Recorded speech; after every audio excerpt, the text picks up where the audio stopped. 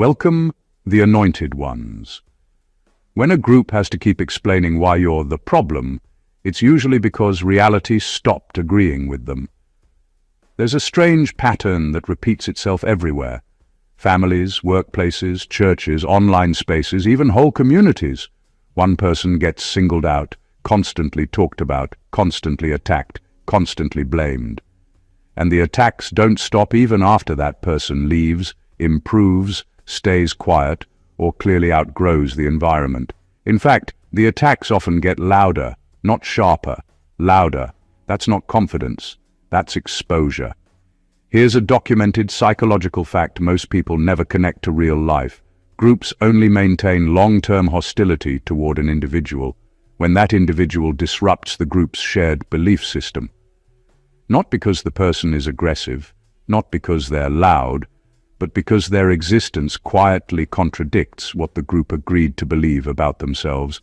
Once that contradiction becomes visible, the group has two options: evolve or attack. Most choose the second one. It's cheaper, no self-reflection required, and let's be honest for a moment, if you were truly insignificant, they would have moved on already. Nobody keeps holding meetings about someone who doesn't matter. Nobody keeps rehearsing the same story for months or years unless something about that person refuses to disappear. Silence would have worked by now. Distance would have worked. Smear campaigns usually burn out fast when there's no truth fighting back. But here you are, still standing, still intact, still being discussed like a community project that refuses to fail. That's where things get uncomfortable for them, because at some point, people start noticing patterns. The attacks don't evolve, but you do. The accusations stay frozen in time, but your life doesn't. The story they tell about you requires constant maintenance, like an old generator that only runs if someone keeps pulling the cord. And every time they pull it, more people look over and think, why are they still talking about this person? Add a little irony to the mix. The very pressure meant to expose you ended up exposing them. They expected cracks. They got consistency. They expected collapse. They got clarity. That's not how these stories are supposed to go. At least not for the side that thought they had control. So if a community cannot stop attacking you, long after it makes sense, long after it looks reasonable, long after it should have ended, that's not coincidence. That's confirmation in slow motion, and whether they like it or not, they're being forced to watch something they never planned for. The realization that you weren't the problem they tried to label. You were the presence that revealed who really had one. And yes, nothing bonds people faster than a shared enemy. But nothing humbles a group quicker than realizing the enemy they picked refuses to fall apart on schedule. Number 1. Their obsession with discrediting you is not hatred. It's panic once the narrative collapsed. At the beginning, everything worked in their favor. They controlled the story, the tone, and the labels attached to your name. As long as people accepted the version of you they presented, the attacks felt effortless. They didn't have to prove much because the environment itself did the work for them. But something changed, and it wasn't loud or dramatic. Time stepped in. Behavior didn't match the accusations. Outcomes didn't support the storyline. You kept moving forward in a way that didn't align with who you were supposed to be. That's when panic replaced confidence. When a narrative collapses, people don't always admit it. They double down. That's why the attacks became repetitive instead of sharp. You'll notice they stopped bringing new information and started recycling the same claims. That's a key sign that belief has weakened. If the story was solid, it wouldn't need constant reinforcement. Truth doesn't need reminders. Lies do. What really unsettled them was not that you defended yourself, but that you didn't need to. Your consistency did the talking without trying to. While they kept explaining who you were, you kept demonstrating who you weren't. That gap created pressure, and pressure exposes motives. At that point, The goal stopped being about accountability or correction and became about control. They weren't trying to protect the community anymore. They were trying to protect the story that kept them comfortable. You also outlasted the emotional window they were counting on. Most attacks rely on fatigue. The plan is simple. Keep pushing until the person reacts, collapses, or confirms the narrative through frustration. When that didn't happen, confusion set in. People who expect a reaction don't know what to do with restraint.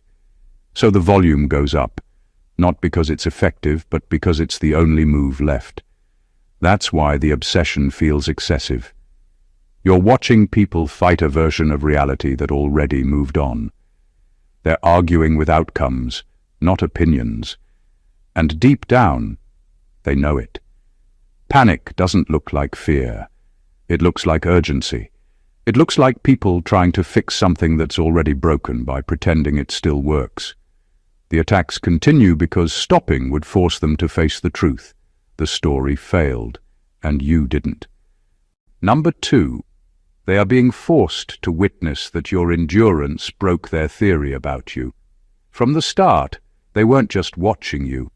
They were studying you. Every reaction, every pause, every mistake was being logged in their minds. They had a theory about how you would break. Maybe you'd explode. Maybe you'd beg. Maybe you'd turn bitter, reckless, or desperate enough to prove them right. That theory wasn't random. It was carefully built from how other people behaved under pressure. You were supposed to follow the same script. Most people do. But endurance ruined the experiment. You kept showing up whole, not loud, not performative, just intact. The pressure didn't turn you into something ugly, and that unsettled them more than any argument ever could. Because once endurance enters the picture, excuses stop working. You didn't win by overpowering them. You won by outlasting the frame they tried to trap you in. What really broke their theory was time. Anyone can fake strength for a week or two.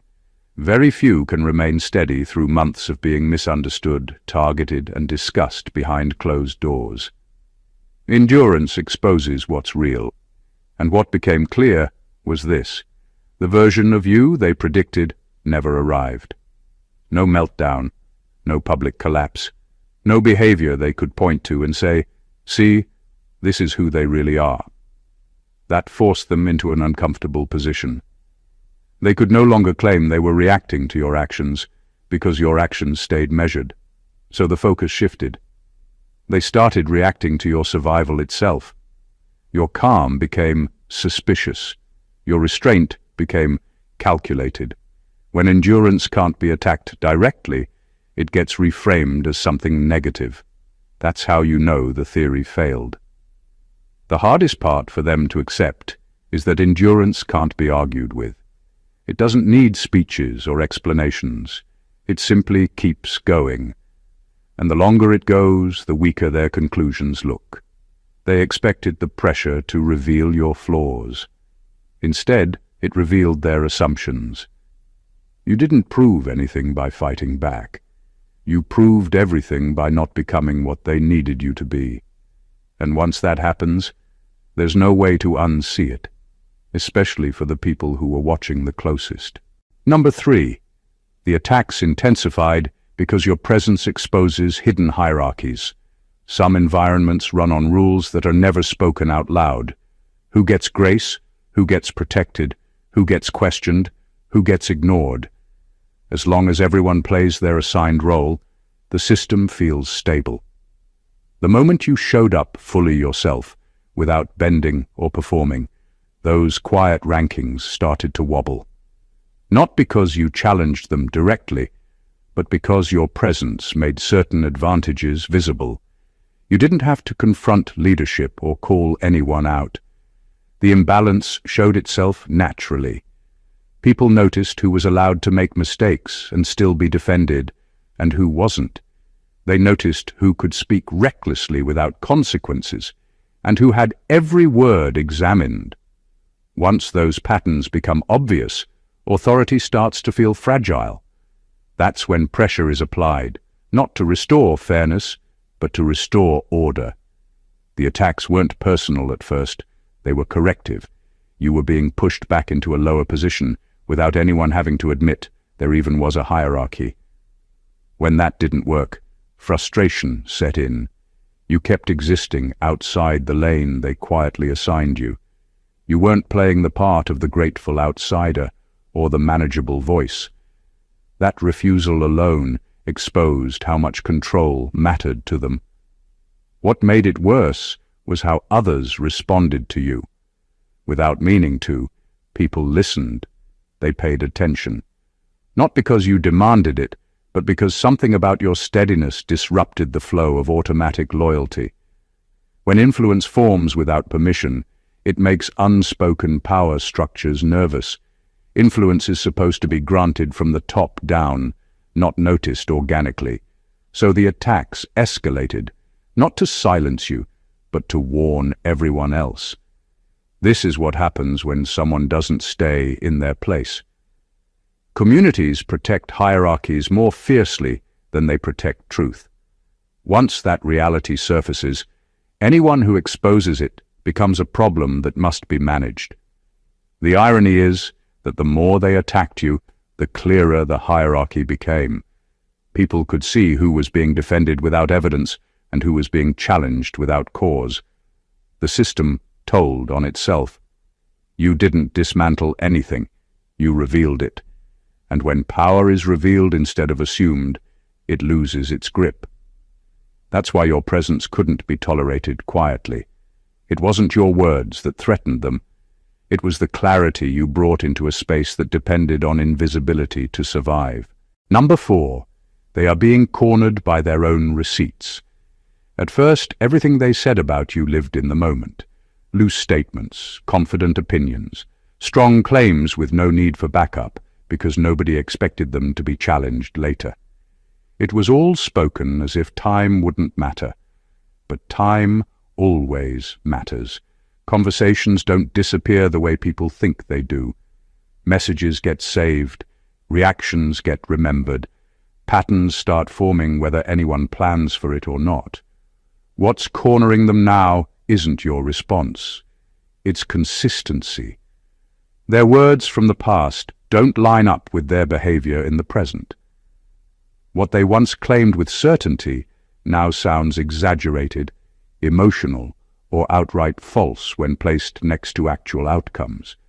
The story they told about you required you to fail, spiral, or be exposed. None of that happened. Instead, the receipts started pointing back at them. That's when panic shows up, disguised as defensiveness. You'll notice sudden rewrites of history. Statements like, "That's not what I meant," or "You're taking it out of context," or "Things were different back then." Those aren't explanations. They're escape routes. When people feel cornered by their own words, they don't correct themselves. They blur the record.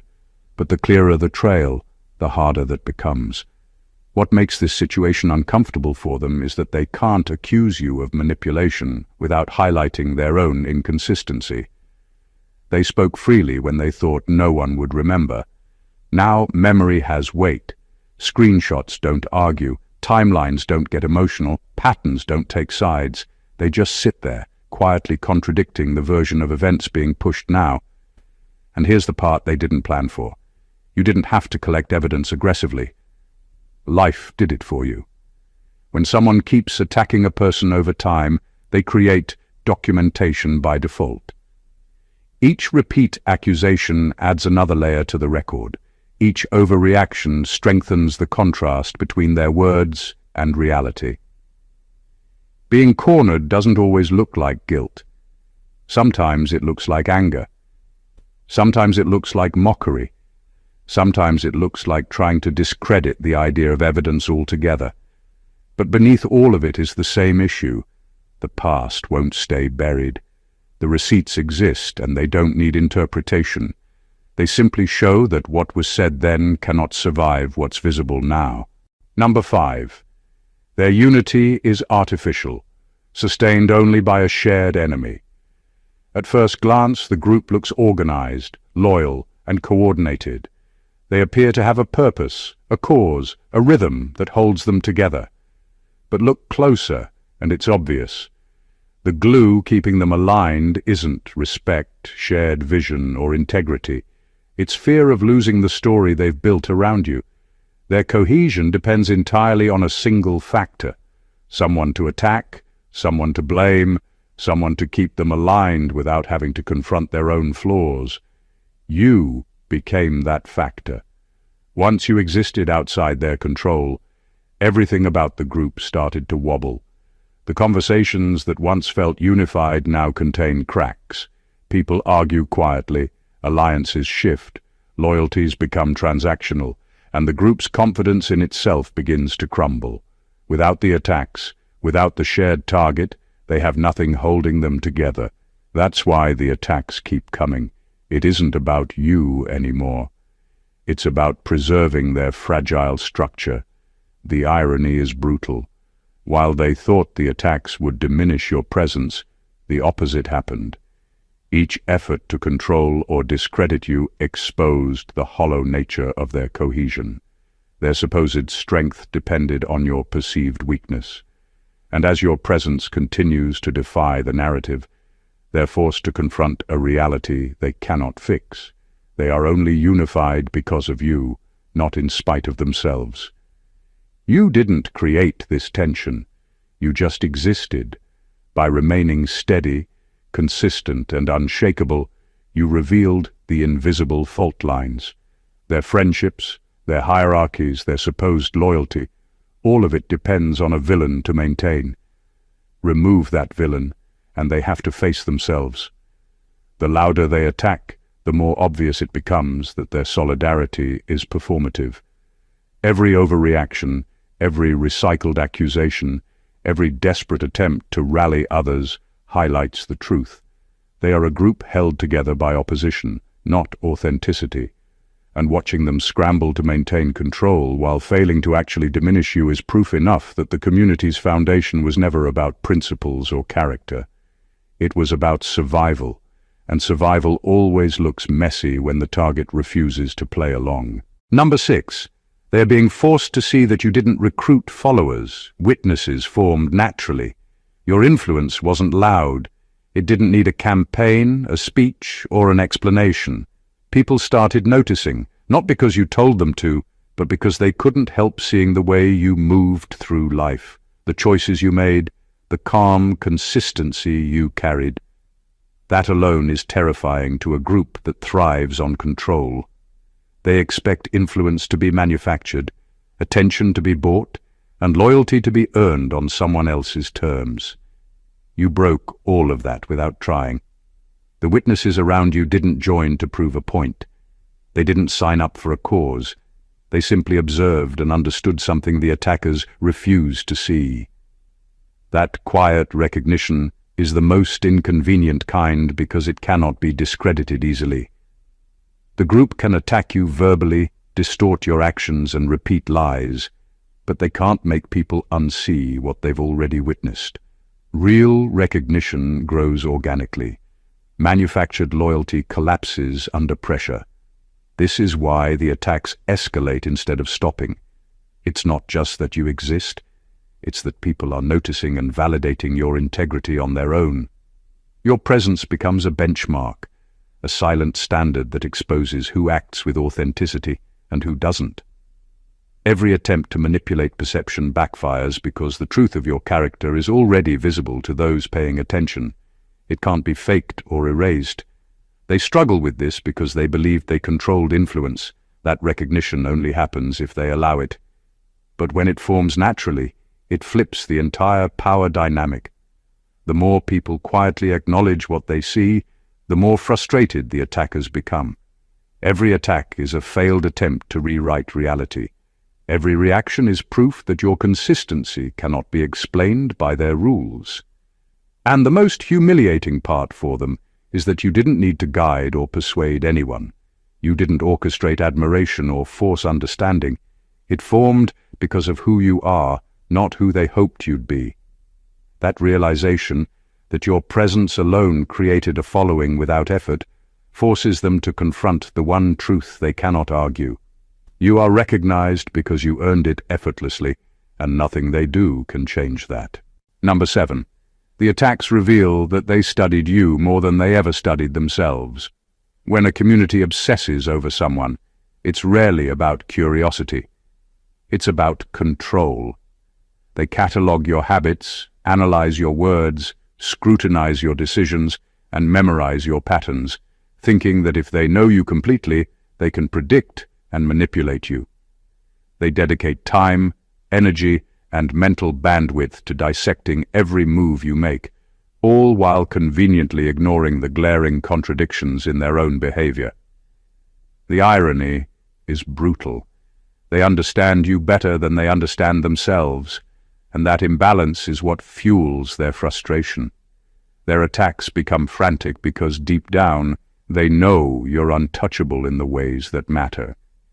They've studied you enough to realize that evidence, truth, and consistency are on your side, but they haven't studied themselves enough to adjust. Every accusation, insult, or rumor they throw is a reflection of their assumptions, not reality. By focusing so much on you, they've trapped themselves in a loop of comparison, constantly measuring their perception against your actual presence, and constantly failing to reconcile the two. This over-analysis also exposes their weakness. The more they monitor, the more obvious their obsession becomes. They try to predict your reactions, but the truth is, you rarely react the way they anticipate, and that unpredictability shakes the entire foundation they rely on. They expect control because they studied patterns, but studying someone doesn't equate to understanding them, and that's the gap that kills their confidence. Meanwhile, they remain blind to their own hypocrisy. They haven't examined their motives, their insecurities, or their flaws with the same intensity they use on you. Their mental energy is consumed by trying to prove you wrong, while the evidence of their own contradictions piles up silently. What the attacks reveal most clearly is this: the obsession isn't about you being a threat. It's about them confronting the fact that they've invested more effort into dissecting your life than understanding their own. That realization is terrifying for them, because it means all their strategies, all their narratives, and all their supposed superiority crumble when placed against the simple fact that they are acting out of fixation, not wisdom. And the more they attack, the more obvious it becomes that they are struggling with themselves, not with you. Number 8. They are being forced to admit you outgrew the role they assigned you. From the very beginning, they imagined you fitting into a carefully constructed box. They decided how you should behave, how far you could rise, how much influence you could wield, and what failures would make you human enough for their comfort. Every boundary they drew was meant to keep you predictable, contained, and manageable. But you didn't stay inside that box. You grew beyond it in ways they could neither anticipate nor control. Your growth isn't flashy or performative. It's steady, undeniable, and natural. Every achievement, every calm response, every quiet display of integrity slowly dismantled the expectations they held. And that's what makes them furious. They didn't just want you limited, they wanted to define your limits. By refusing to conform, you forced them into a moment of brutal honesty. The narrative they had written about you no longer applied. The role they assigned didn't exist anymore. This revelation is unbearable for a group that thrives on certainty. Their attacks intensify, not because they're exposing flaws in you, but because they're trying desperately to pull you back into the framework they created.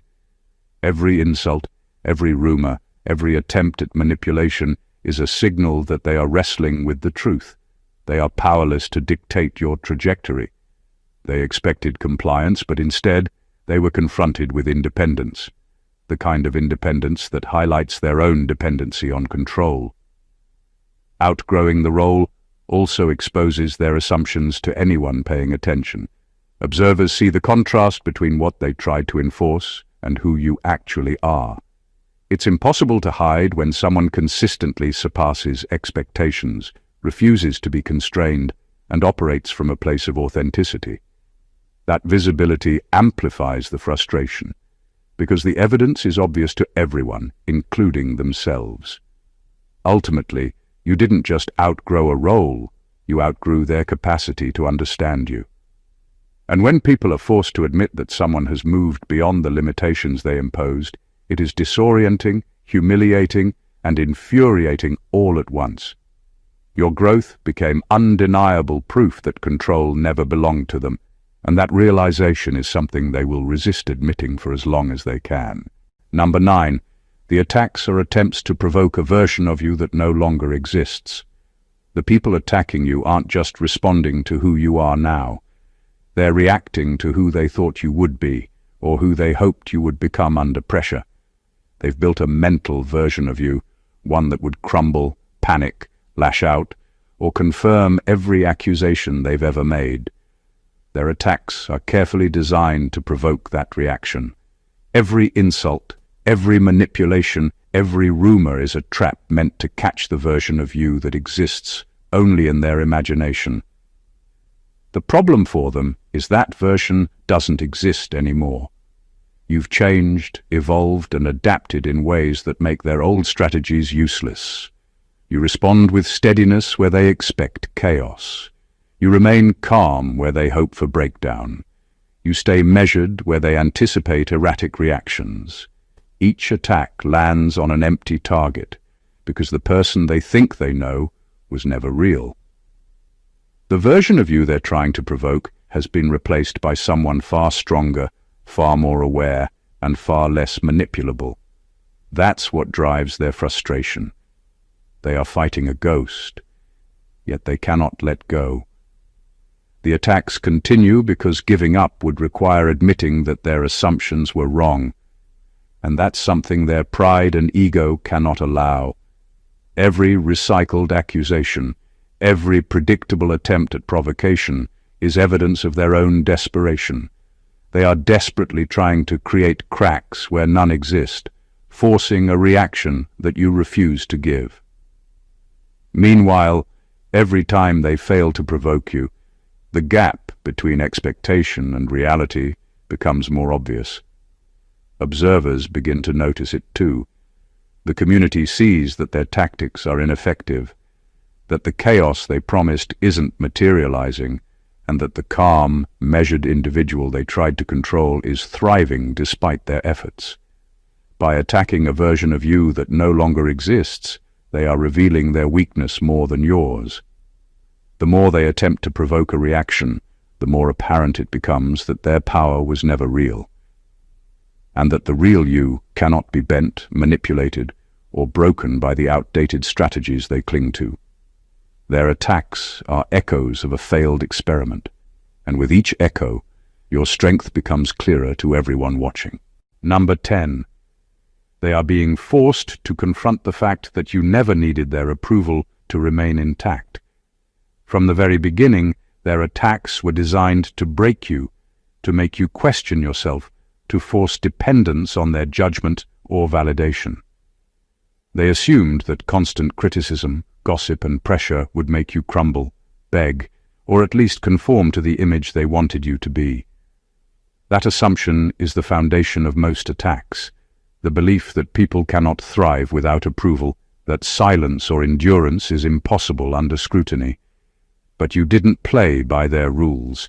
You stayed whole, steady, and unshaken, completely independent of their validation. That reality terrifies them. They spent so much time thinking their judgment mattered, their opinions shaped outcomes, and their approval could define you. Every calculated attack was meant to remind you of your place within their story. When that didn't work, every action they took became louder, more aggressive, and more frantic. The louder they screamed, the clearer it became that your stability never depended on them. They weren't confronting weakness. They were confronting autonomy, and it's impossible to bully someone who doesn't need you to survive. The frustration shows itself in how predictable and repetitive their attacks become. When someone depends on your approval, a single attack is enough. But when someone doesn't, every tactic fails, forcing them to recycle the same strategies, hoping one will stick. Their obsession grows because they are witnessing something they cannot control. A person thriving without ever needing permission or consent from the very voices trying to tear them down. Your independence also forces them to look in the mirror, whether they want to or not. Their belief that they held power is exposed as false. They realize that every attempt to define or shape you has failed. They attack to assert control, but the truth is in your presence, calm, intact, unshakable. And that is the final proof that you were never dependent on their approval in the first place. By refusing to collapse under their judgment, you don't just survive, you highlight their impotence. They are forced to watch someone live unbound by their opinions, and the realization that their influence was never required becomes a silent, unbearable truth. Number 11. The repeated attacks are rehearsals to convince themselves, not the public. When a group keeps attacking you over and over, it isn't about making anyone else believe their version of events. The truth is, the public often already senses the disconnect between accusation and reality. The attacks are primarily for the people doing the attacking, a way for them to reassure themselves that the narrative they built still matters. Every insult, every rumor, every recycled argument is less about you and more about reinforcing their own illusion of control. They repeat the same story because deep down they know it's shaky. If it was solid, there would be no need to go over it again and again. The constant repetition is a psychological rehearsal, a desperate attempt to convince themselves that the truth still aligns with their perception. Each cycle of attack is meant to overwrite doubt that has already started creeping in. They want to silence their own guilt, their own fear, and the creeping realization that you have survived their tactics unscathed. What makes this even more revealing is how obvious it becomes to everyone observing. When attacks are genuine and rational, they evolve, they adapt, they provide new evidence or shift focus based on circumstances. But repeated attacks that never change indicate panic and insecurity. They are rehearsing a version of reality that exists only in their heads, trying to manufacture certainty where there is none. Meanwhile, you remain unaffected. You don't play along. You don't mirror their fear or aggression. You simply exist consistently, refusing to validate their false narratives. And that's what makes the repetition so humiliating for them. Every new attack is an admission that the old ones didn't work, that their assumptions failed, and that the reality they refuse to face continues to unfold without them having any power over it. Ultimately, the repeated attacks reveal more about the attackers than the attacked. They are a confession in motion, a loop of insecurity trying to convince itself that it is still right. And as long as you remain steady, the rehearsals expose their fragility, proving that the only person they're trying to control is their own failing perception, and they're losing. Number 12. They are being forced to witness that the environment poisoned others, but not you. Most communities, groups, or networks have a way of shaping people without them noticing. Gossip, manipulation, favoritism, subtle pressure. It all seeps in quietly, molding behavior, bending morals, and exposing weaknesses over time. The people attacking you assumed you would succumb like everyone else. They expected the environment to leave its mark on you, to chip away at your composure, your integrity, your confidence, until you became just another product of the system they controlled. What they didn't account for is that you absorbed nothing toxic from their environment. Every attempt to taint you, confuse you, or manipulate you failed. While others around you grew defensive, petty, or opportunistic, you maintained clarity. Your perspective, decisions, and integrity stayed intact. That alone disrupts their whole worldview. They expect conformity because conformity is easier for them to measure, control, and predict. When it doesn't happen, they're forced to confront an uncomfortable truth. Their power isn't universal, and their influence isn't absolute. Watching you thrive under the same pressure that bent everyone else is deeply humiliating for them. Every outburst, every attack, every rumor now feels like proof that their system didn't work the way they thought it would. They are forced to see the contrast. The environment they used to shape and control people, which succeeded with almost everyone, somehow failed with you. And that failure isn't yours. It's theirs. It exposes how much they relied on control rather than merit, influence rather than resilience. The irony is that they are still trying to change the narrative, still attempting to make you look compromised, still attacking the one person who escaped the very trap they designed.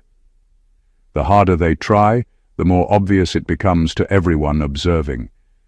Their efforts to taint your reputation now highlight your strength and independence. You didn't just survive their toxicity.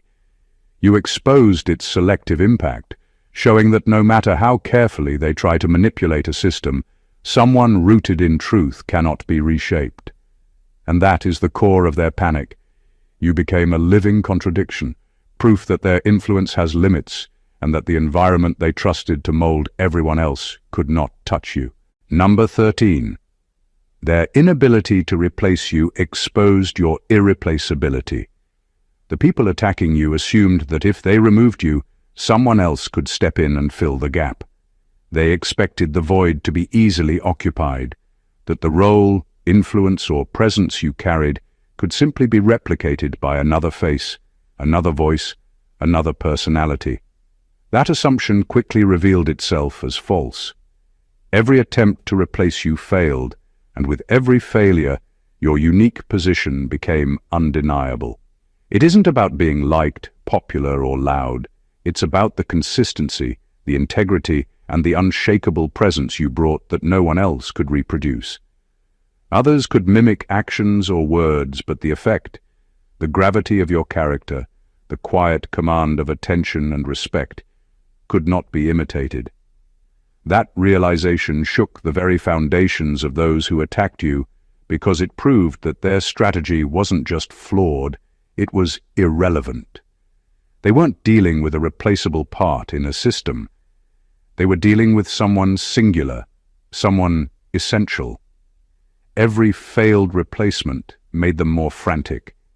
Each time they tried to insert a substitute, it became obvious not just to them, but to everyone watching that what you brought to the table couldn't be duplicated.